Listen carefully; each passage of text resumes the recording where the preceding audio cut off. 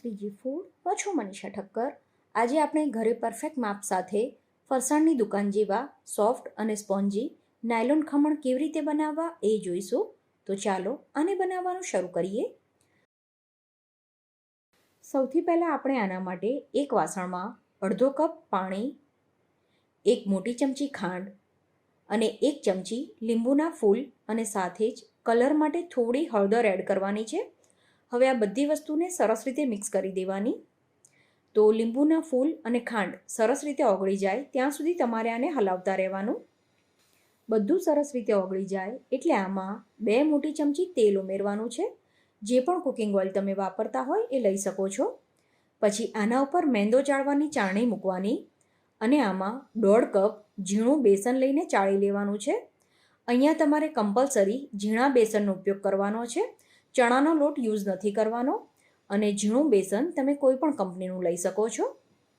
બેસન આમાં ચાળીને એડ કરી દઈએ. પછી અડધો કપ પાણી એડ કરવાનું. સૌથી પહેલાં આપણે અડધો કપ પાણી લીધું હતું અને ફરીથી આપણે અડધો કપ પાણી આમાં ઉમેર્યું છે. એટલે અત્યાર સુધીમાં ટોટલ 1 કપ પાણી આમાં એડ કર્યું છે.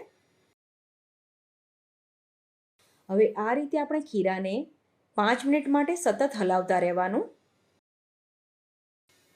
આ રીતે બધું મિક્સ થઈ જાય પછી જરૂર પડે એ પ્રમાણે આમાં પાણી એડ કરવાનું. તો બીજું મેં 1/4 કપ પાણી લીધું છે, પણ બધું પાણી એક સાથે નહીં એડ કરવાનું. તો અડધું પાણી એડ કરીને એને સરસ રીતે મિક્સ કરી દેવાનું છે. બાકીનું પાણી આપણે સાઈડમાં મૂકીશું, આગળ જરૂર પડે ત્યારે એને યુઝ કરવાનું છે. પછી ખમણ બનાવવા માટે સ્ટીલની કે એલ્યુમિનિયમની થાળી લેવાની અથવા આ રીતનું તમારી પાસે જો કેક બનાવવાનો મોલ્ડ હોય તો એ લેવાનું. અને બને ત્યાં સુધી ખમણ બનાવવા માટે સ્ટીલના બદલે એલ્યુમિનિયમના વાસણનો ઉપયોગ કરવાનો. હવે ખીરામાં આપણે અડધી ચમચી ખાવાનો સોડા એડ કરવાનો છે. તો અહીંયા મેં જે ટાટાનો સોડા આવે છે એ જ લીધો છે. અને જ્યારે પણ તમે સોડા યુઝ કરો ત્યારે ફ્રેશ પેકિંગવાળો લેવાનો. જો વધારે ટાઈમથી પડી રહેલો કુકિંગ સોડા તમે યુઝ કરો તો એનું પણ રિઝલ્ટ સારું નથી મળતું હોતું. હવે આની સાથે જ આપણે ઈનો પણ એડ કરવાનો છે. તો જો પેકેટવાળો ઈનો લેતા હોય તો 1 પેકેટ એડ કરવાનું. અને જો તમે ઈનોની બોટલ લઈને રાખતા હોય તો આટલા માપમાં 1 ચમચી એટલે કે 1 ટીસ્પૂન ઈનો નાખવાનો. અને ઈનો તમે રેગ્યુલર કે લેમન ફ્લેવરનો કોઈ પણ લઈ શકો. પછી આના ઉપર અડધા લીંબુનો રસ એડ કરવાનો. અને ઈનો સરસ રીતે એક્ટિવેટ થઈ જાય એ માટે ઈનોની ઉપર પાણી જે વધ્યું હતું એ એડ કરી દેવાનું છે. હવે ઈનો અને સોડા એડ કર્યા પછી ખીરાને આપણે એક જ સાઈડ હલાવવાનું છે, એ વાતનું ખાસ ધ્યાન રાખવાનું. ફ્રેન્ડ્સ, તમને જો મારી આજની રેસીપી પસંદ આવે તો રેસીપીને લાઇક કરી આવી નવી નવી રેસીપી જોવા માટે ચેનલને સબસ્ક્રાઈબ કરવાનું ના ભૂલતા.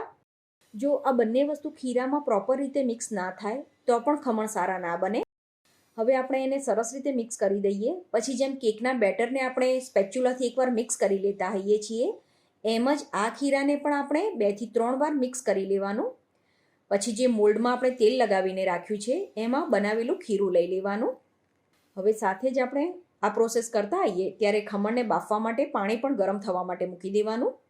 તો પાણી ઉકળવાનું શરૂ થઈ જાય એટલે ઢોકળિયામાં કાણાવાળી જાળી મૂકવાની અને પછી એના ઉપર જે આપણે ખમણનું મોલ્ડ તૈયાર કર્યું છે એ ટીન આમાં મૂકી દેવાનું. હવે ઢાંકણ ઢાંકી દેવાનું અને ગેસની ફ્લેમ હાઈ કરીને ખમણને 20 મિનિટ માટે બાફવાના છે. 20 મિનિટ પછી ચપ્પા કે ટૂથપીકની મદદથી ખમણને ચેક કરવાના. ચપ્પુ કે ટૂથપીક સાફ નીકળે મતલબ કે ખમણ સરસ રીતે બફાઈ ગયા છે. ગેસ બંધ કરીને ખમણને પૂરેપૂરા ઠંડા થવા દેવાના.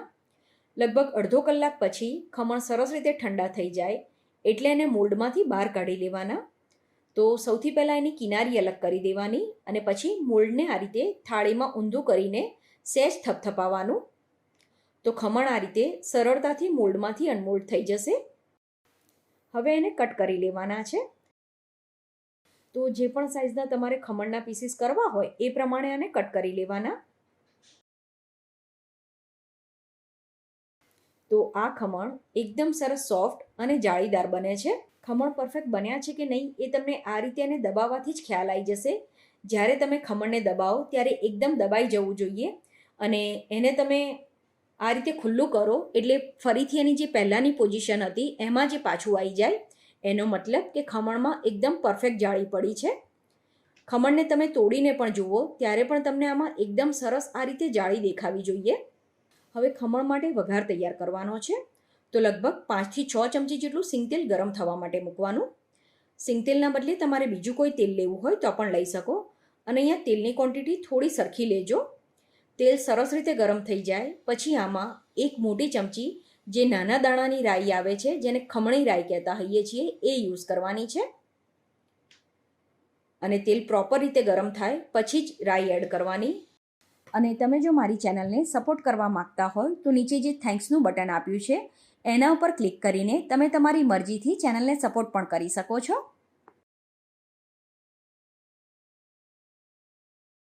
જો રાઈમાં થોડી પણ કચાશ રહેશે તો વઘારમાં મજા નહીં આવે, એટલે બધી નાની નાની ટિપ્સનું ખાસ ધ્યાન રાખજો. એ પછી આ રીતે ઢાંકણ કે ડીશ ઢાંકી દેજો, જેથી કિચન પ્લેટફોર્મ અને ગેસ સ્ટવ ખરાબ ના થાય. પછી રાઈ સરસ રીતે તતળી જાય એટલે ગેસ ધીમો કરી દેવાનો અને આમાં આ રીતે લાંબા સમારેલા મરચાં એડ કરવાના. આની સાથે જ મેં થોડો લીમડો પણ એડ કર્યો છે. અને મરચાં સંતળાઈ જાય એટલે તરત આમાં અડધો કપ પાણી એડ કરવાનું. તો જે નાયલોન ખમણ હોય એમાં આ રીતે તેલ પાણીનો વઘાર તૈયાર કરવામાં આવે છે. પાણી ઉકળવાનું શરૂ થાય એટલે પાણીના ભાગનું સહેજ મીઠું એડ કરવાનું. અને વઘારમાં આપણે 2 થી 2.5 ચમચી જેટલી ખાંડ ઉમેરવાની છે. નાયલોન ખમણમાં ખટાશ અને ગળપણ બંનેનું પ્રમાણ સરખું હોય છે, એટલે ખીરામાં પણ થોડી ખાંડ એડ કરી છે અને બાકીની ખાંડ આપણે વઘારમાં એડ કરવાની. હવે આ પાણીને આપણે ખાંડ ઓગળે એટલું ગરમ કરવાનું છે. તો ખાંડ સરસ રીતે ઓગળી ગઈ છે. ગેસ બંધ કરી દેવાનો અને જે ખમણ આપણે કટ કરીને રાખ્યા છે એની ઉપર આ બધો વઘાર એડ કરી દેવાનો છે. તમને એવું લાગે કે 1-2 ચમચા જેટલો વઘાર વધારે છે તો એ રાખવાની જરૂર નથી. બધો વઘાર આમાં એડ કરી દેવાનો, કેમ કે થોડી જ વારમાં એ બધો વઘાર ખમણમાં સરસ રીતે મિક્સ થઈ જતો હોય છે. ખમણની ઉપર આપણે થોડી સમારેલી કોથમીર એડ કરી દેવાની. આ ખમણને જો તમે કઢીની સાથે સર્વ કરો તો એનો ટેસ્ટ ખૂબ જ સરસ લાગતો હોય છે. કઢીની પણ રેસીપી હું વિડીયોના એન્ડમાં એડ કરી દઈશ, તો તમારે જો જોવી હોય તો વિડીયોના એન્ડમાં તમને જોવા મળી જશે. તો તમે પણ આ રીતે સરસ મજાના સોફ્ટ અને સ્પોન્જી નાયલોન ખમણ બનાવીને જરૂર ટ્રાય કરજો. આઈ હોપ તમને મારી આજની રેસીપી પસંદ આવી હશે. આવી જ બીજી રેસીપી જોવા માટે ચેનલને સબસ્ક્રાઈબ કરવાનું ના ભૂલશો. તો એક વાટકો લઈ લઈએ અને એમાં 2 ચમચી બેસન ઉમેરીશું. આની સાથે જ આપણે 1 કપ જેટલું પાણી ઉમેરી દેવાનું અને ઝરણીથી કે હેન્ડ બ્લેન્ડરની મદદથી આપણે આને બ્લેન્ડ કરી લઈશું. તો આ આપણું કઢીનું મિશ્રણ તૈયાર છે. હવે આનો વઘાર કરવા માટે આપણે કડાઈ લઈએ અને એમાં 1 ચમચી જેટલું તેલ ગરમ થવા માટે મૂકીએ. તેલ ગરમ થાય એટલે આપણે આમાં થોડી રાઈ ઉમેરીશું. રાઈ તતળી જાય એટલે ગેસ ધીમો કરી દેવાનો અને આમાં થોડા સૂકા ધાણા ઉમેરીશું. આની સાથે જ 2 સમારેલા લીલા મરચાં, થોડા મીઠા લીમડાના પાન અને કલર માટે થોડી હળદર ઉમેરીશું. આને પહેલાં થોડું સાંતળી લેવાનું. પછી જે કઢીનું મિશ્રણ આપણે તૈયાર કર્યું છે એ બધું આમાં ઉમેરી દઈશું. આને એકવાર મિક્સ કરી લઈએ. એ પછી સ્વાદ પ્રમાણે મીઠું ઉમેરીએ. મેં લગભગ 1/4 ટીસ્પૂન જેટલું મીઠું ઉમેર્યું છે. 2 મોટી ચમચી ખાંડ ઉમેરીએ. આની સાથે જ ચપટી જેટલા લીંબુના ફૂલ ઉમેરીશું. આ જે કઢી હોય એ દહીં કે છાશનો ઉપયોગ કરીને નથી બનતી, આમાં લીંબુના ફૂલનો જ ઉપયોગ કરવામાં આવે છે. બધું સરસ રીતે મિક્સ કરી લેવાનું અને કઢીને 5 થી 7 મિનિટ માટે ઉકાળવાની છે. તો આપણે આમાં બીજું 2 થી 3 ચમચી જેટલું પાણી ઉમેરી દઈશું. આને વધારે પાતળી નહીં કરવાની, એટલે પાણી જરૂર પ્રમાણે જ ઉમેરવાનું. Gas slow to medium flame ઉપર કરી દઈશું અને 5 થી 7 મિનિટ કઢી ઉકળે એ પછી આપણે આને ચેક કરીશું. તો હવે આ કઢી એકદમ સરસ રીતે ઉકળીને તૈયાર છે. તો આ રીતે કઢી ઘટ થઈ જાય એ પછી આપણે ગેસ બંધ કરી દેવાનો છે, કેમ કે આ ઠંડી થાય એ પછી પણ થોડી ઘટ થાય. આ કઢીને તમે ફાફડા, ગોટા કે ખમણ ગમે તેની સાથે સર્વ કરી શકો છો.